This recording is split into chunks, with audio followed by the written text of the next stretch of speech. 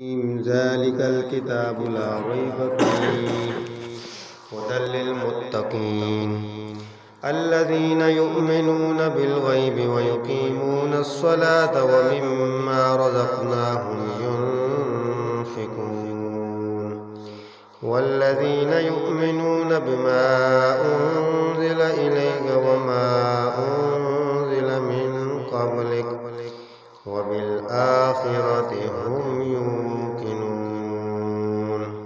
صدق اللہ العظیم۔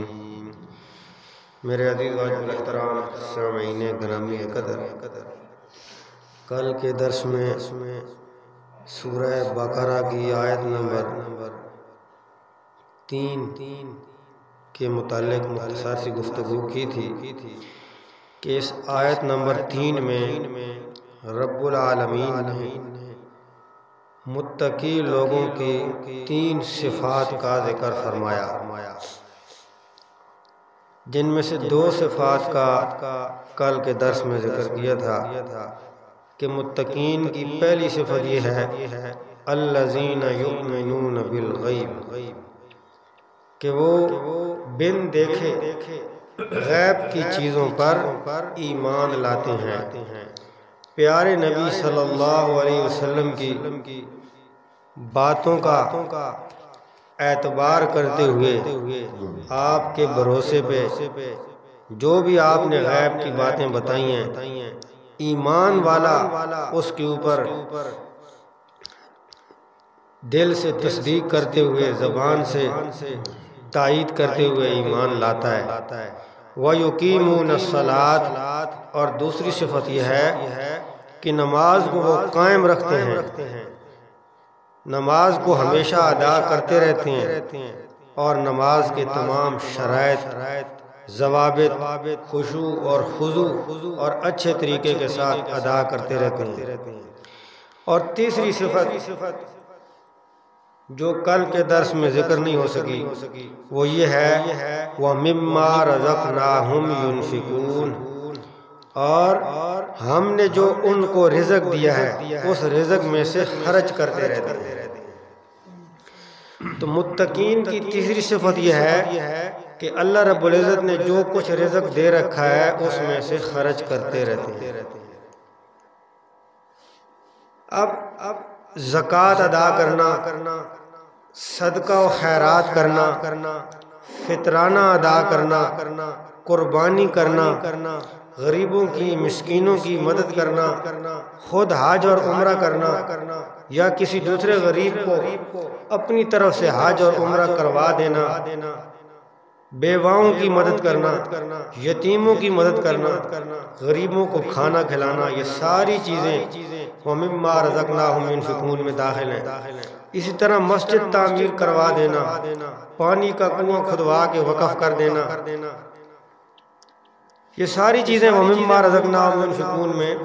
داخل ہیں۔ امام فخر الدین رازی رحمۃ اللہ علیہ فرماتے ہیں کہ انسان کو اللہ نے جو کچھ دے رکھا ہے، چاہے اللہ نے صحت طاقت دے رکھی ہے، چاہے اللہ نے علم دیا ہوا ہے، تو ان سب چیزوں کو بھی اللہ کے نام پہ دینا، وقف کرنا، یہ بھی صدقہ ہے۔ مثال کے طور پہ اللہ رب العزت نے طاقت دے رکھی ہے، مضبوط آدمی ہے، تو کوئی غریب کمزور آدمی کوئی وزن اٹھا کے جا رہا ہے تو وزن اٹھانے میں اس کی مدد کر دینا، فرمایا یہ بھی صدقے میں شامل ہے، اس کے اوپر بھی صدقے کا اجر ملے گا۔ کسی کے پاس علم دین ہے تو اس کے کام یہ ہے کہ اپنے اس علم دین کو دوسروں کو سکھائے، دوسروں تک پہنچائے، یہ اس کے لیے صدقہ ہے۔ بلکہ ہر کلمہ پڑھنے والے انسان کے پاس دین کا جتنا بھی علم ہے اس کے لیے ضروری ہے کہ وہ اس کو آگے دوسرے تک پہنچائے، دوسرے کو بھی بتائے، نماز کے متعلق، روزے کے متعلق، حج کے متعلق، زکوٰۃ کے متعلق، قرآن مجید کے متعلق کوئی ایک مسئلہ بھی اگر کسی کو یاد ہے تو اس کی ذمہ داری اور حق بنتا ہے کہ وہ دوسرے مسلمان تک اس بات کو پہنچائے تاکہ وہ بھی اس کو سیکھ کے اس کے اوپر عمل کرنے کی کوشش کر سکے۔ اب یہاں اللہ رب العزت کا بیان کرنے کا جو انداز اور اسلوب ہے وہ بڑا پیارا ہے۔ اللہ پاک فرماتے ہیں وَمِمَّا رَزَقْنَاهُمْ، اور جو ہم نے انہیں رزق دیا، يُنْفِقُونَ، اسے خرچ کرتے ہیں۔ اس کی ایک مثال ہے،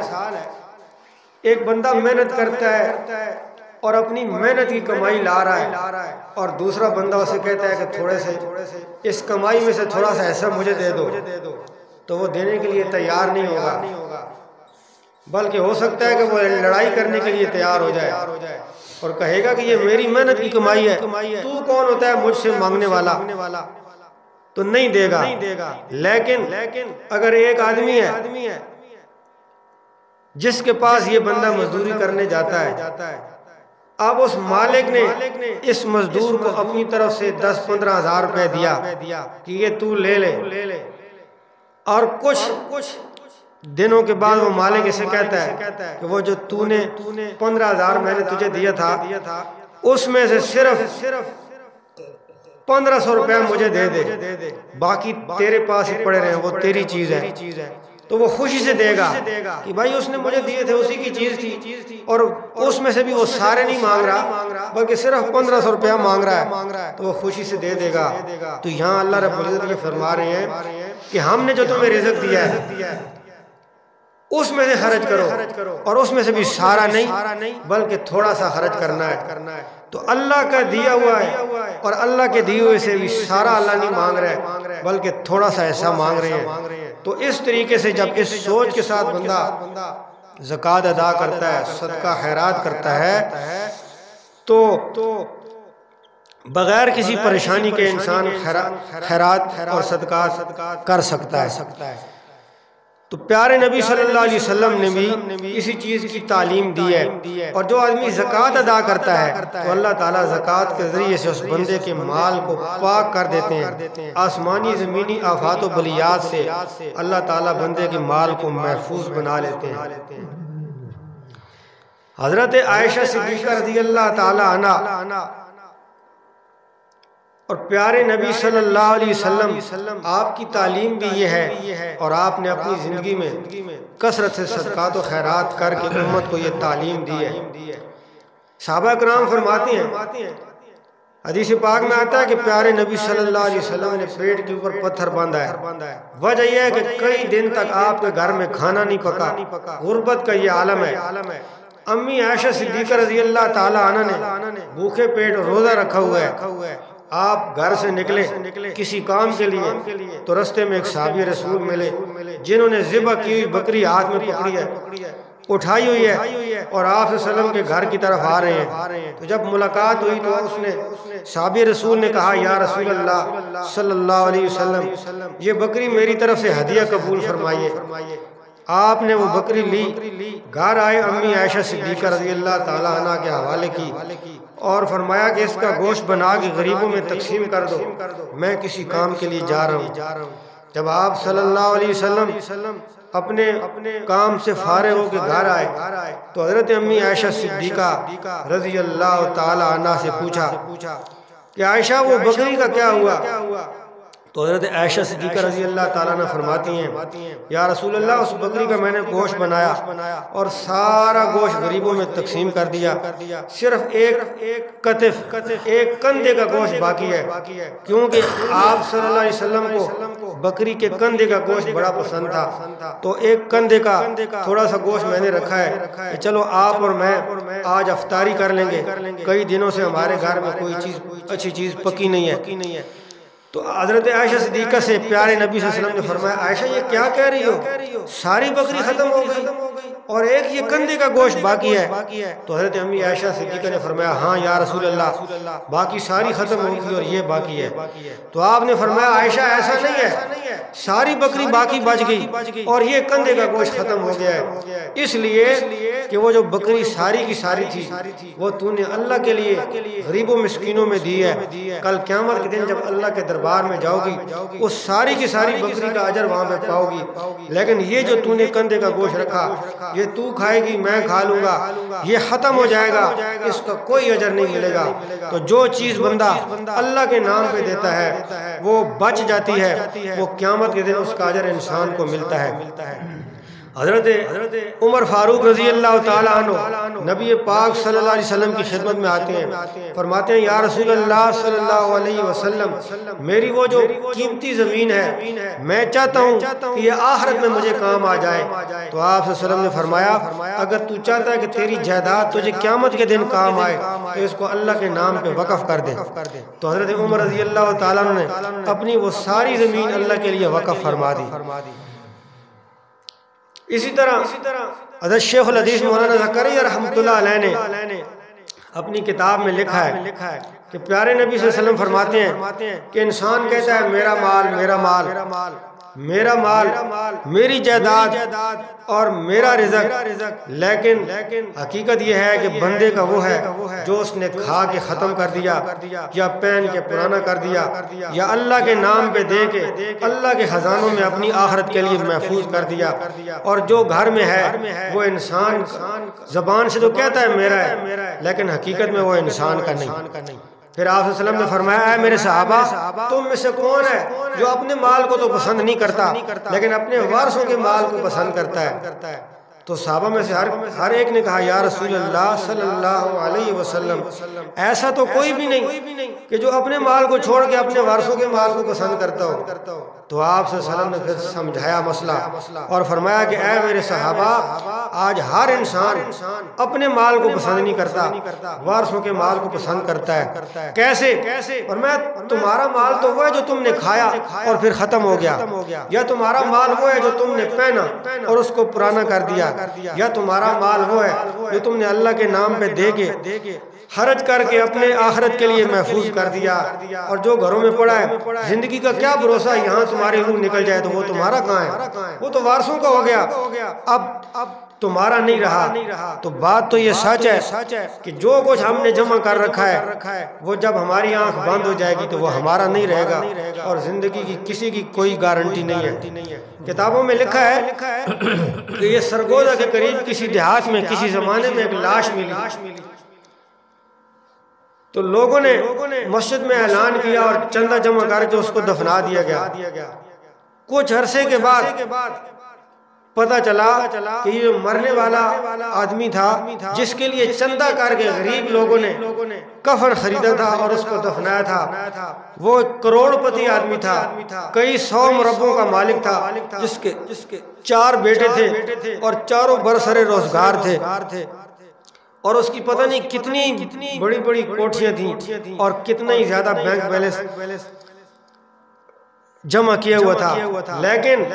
مرتے وقت اس کو جو کفن بھی مل رہا ہے تو وہ بھی چندے کے پیسوں سے مل رہا ہے۔ تو بھائی کوئی شک نہیں اللہ رب العزت کے سارے وعدے سچے ہیں، تو جو چیز انسان اللہ کے نام پہ دے گا قیامت کے دن وہی کام آئے گی۔ تو اللہ پاک فرماتے ہیں متقین کی تیسری نشانی یہ ہے وَمِمَّا رَزَقْنَاهُمْ يُنْفِقُونَ، جو ہم نے انہیں رزق دیا اسے وہ خرچ کرتے رہتے ہیں۔ آگے آیت نمبر 4 میں اللہ تعالیٰ نے پھر مومنین کی 3 نشانیاں ذکر فرمائی ہیں۔ فرمایا وَالَّذِينَ يُؤْمِنُونَ بِمَا أُنزِلَ إِلَيْكَ، کہ متقین کی ایک اور صفت یہ ہے کہ وہ اس چیز پر بھی ایمان لاتے ہیں جو آپ کے اوپر نازل کی گئی۔ پیارے نبی صلی اللہ علیہ وسلم کے اوپر قرآن مجید نازل کیا گیا ہے، تو ایمان والے اس قرآن کے اوپر بھی یقین رکھتے ہیں اور اس کو اللہ کی کتاب مانتے ہیں۔ وَمَا أُنزِلَ مِن قَبْلِكَ، اور اس کے اوپر بھی ایمان لاتے ہیں جو آپ صلی اللہ علیہ وسلم سے پہلے نازل کیا گیا۔ تو اللہ رب العزت کی کتاب قرآن کے اوپر بھی ایمان لانا ضروری ہے، اور قرآن سے پہلے جتنی بھی آسمانی کتابیں ہیں، تورات ہے، زبور ہے، انجیل ہے، ان کے اوپر بھی ایمان لانا ضروری ہے۔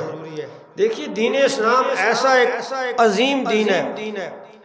کہ جس کی مثال نہیں۔ سابقہ جتنے بھی نبیوں کو ماننے والے لوگ تھے انہوں نے بعد میں آنے والے نبی کا انکار کیا۔ حضرت عیسیٰ علیہ السلام کو ماننے والے پیارے نبی صلی اللہ علیہ وسلم کا انکار کرتے ہیں، تورات کو ماننے والے، انجیل اور زبور کو ماننے والے قرآن مجید کو ماننے سے انکاری ہیں، لیکن اس آخری امت کو، آخری نبی کے ماننے والوں کو اللہ کی طرف سے یہ حکم ہے کہ تم نے صرف آخری نبی کو ہی نہیں ماننا بلکہ پیارے نبی سے پہلے جتنے بھی نبی اس دنیا میں آئے ہیں ان سب کے اوپر ایمان لانا ہے، اور اسی طرح صرف قرآن مجید کے اوپر ایمان نہیں لانا، قرآن مجید سے پہلے جتنی کتابیں آسمانوں سے نازل ہوئی ہیں ان سب کے اوپر ایمان لانا ہے۔ تو یہاں اللہ رب العزت نے ختم نبوت کے اوپر ایک مسئلہ سمجھا دیا کہ پیارے نبی صلی اللہ علیہ وسلم آخری نبی ہیں، آپ کے بعد کسی نبی نے نہیں آنا۔ یہ آیت اس کے اوپر بھی ایک واضح دلیل ہے، کیونکہ یہاں اللہ پاک فرما رہے ہیں کہ وَالَّذِينَ يُؤْمِنُونَ بِمَا أُنزِلَ إِلَيْكَ، کہ وہ لوگ اس کے اوپر بھی ایمان لاتے ہیں جو آپ کے اوپر نازل کیا گیا، وَمَا أُنزِلَ مِن قَبْلِكَ، اور جو آپ سے پہلے نازل کیا گیا اس کے اوپر بھی متقی لوگ ایمان لاتے ہیں۔ لیکن وَمَا أُنزِلَ مِن بَعْدِكَ کا لفظ نہیں لائے، یعنی آپ کے بعد جو نازل ہوگا اس کے اوپر بھی یہ لوگ ایمان لائیں گے۔ اس کا تذکرہ نہیں کیا، تو اس کا تذکرہ نہ کر کے بتا دیا کہ آپ آخری نبی ہیں، آپ سے پہلے جو کچھ نازل ہو گیا اور آپ کے اوپر جو کچھ نازل ہوا اس کے اوپر ایمان لائیں گے، لیکن آپ کے بعد کسی چیز نے نازل نہیں ہونا، کسی نبی نے آنا نہیں تھا اور کسی آیت نے نازل نہیں ہونا تھا، اس لیے یہاں تو اس کا ذکر نہیں کیا۔ تو ختم نبوت کا عقیدہ یہاں پہ بیان کر دیا، اور مرزا غلام احمد قادیانی کی نفی کر دی کہ وہ نبی نہیں بلکہ وہ جھوٹا اور فراڈی ہے۔ لہذا وَبِالْآخِرَةِ هُمْ يُوقِنُونَ، اور آخری متقین کی صفت یہ بیان فرمائی کہ وہ آخرت کے اوپر بھی یقین رکھتے ہیں، وہ آخرت کے دن پر بھی یقین رکھتے ہیں کہ ہم نے مرنا ہے، پھر ایک دن اللہ تعالیٰ دوبارہ زندہ کریں گے، پھر اللہ کے دربار میں جمع ہوں گے، پھر حق کے فیصلے ہوں گے، اور اللہ رب العزت ایمان والوں کے لیے وہاں پہ فیصلے فرمائیں گے۔ تو جی یہ متقین کی 6 صفات یہاں پہ ذکر ہوئی ہیں۔ پہلی صفت یہ ہے کہ غیب پہ ایمان لاتے ہیں، دوسری صفت یہ ہے کہ نماز کو قائم کرتے ہیں، تیسری صفت یہ ہے اللہ کے دیے ہوئے مال میں سے خرچ کرتے ہیں، اور چوتھی صفت یہ ہے کہ اللہ کے نبی صلی اللہ علیہ وسلم کے اوپر جو کچھ نازل ہوا اس پہ ایمان لاتے ہیں، اور پانچویں صفت یہ ہے کہ آپ کے پہلے نبیوں کے اوپر جتنی بھی کتابیں نازل ہوئی ہیں ان پہ بھی ایمان لاتے ہیں، اور چھٹی صفت یہ ہے وَبِالْآخِرَةِ هُمْ يُوقِنُونَ کہ آخرت کے دن کے اوپر بھی یقین رکھتے ہیں۔ یہاں مفتی شفیع صاحب رحمۃ اللہ علیہ نے ایک بات لکھی ہے، وہ فرماتے ہیں ایک آدمی کہتا ہے جی میں آخرت پہ یقین رکھتا ہوں لیکن وہ نماز نہیں پڑھ رہا، آدمی کہتا ہے میں آخرت کے دن پہ یقین رکھتا ہوں لیکن وہ اللہ کی نافرمانیاں کرتا ہے، پیارے نبی صلی اللہ علیہ وسلم کے حکم سے روگردانی کرتا ہے۔ تو فرمایا حقیقت یہ ہے کہ اس بندے کا آخرت پہ یقین نہیں، اس لیے کہ اگر اس کا یقین ہوتا کہ بھائی میں نے مرنے کے بعد جب دوبارہ اللہ مجھے اٹھائیں گے تو اللہ مجھے اس زندگی کے بارے میں سوال کریں گے کہ تو نے میری کتنی فرما برداری کی ہے، میرے نبی کی کتنی تابعداری کی ہے، میں نے وہاں جا کے جواب دینا ہے۔ اگر اس کا ایمان ہوتا تو یہ اللہ اور اس کے رسول کی فرما برداری کرتا، لیکن یہ نافرمانی کر رہا ہے، تو لہذا اس کا آخرت کے دن کے اوپر کوئی یقین نہیں ہے۔ تو اللہ سے دعا ہے اللہ تعالی ہمیں اپنی آخرت کی تیاری کرنے کی توفیق نصیب فرمائے۔ وآخر دعوانا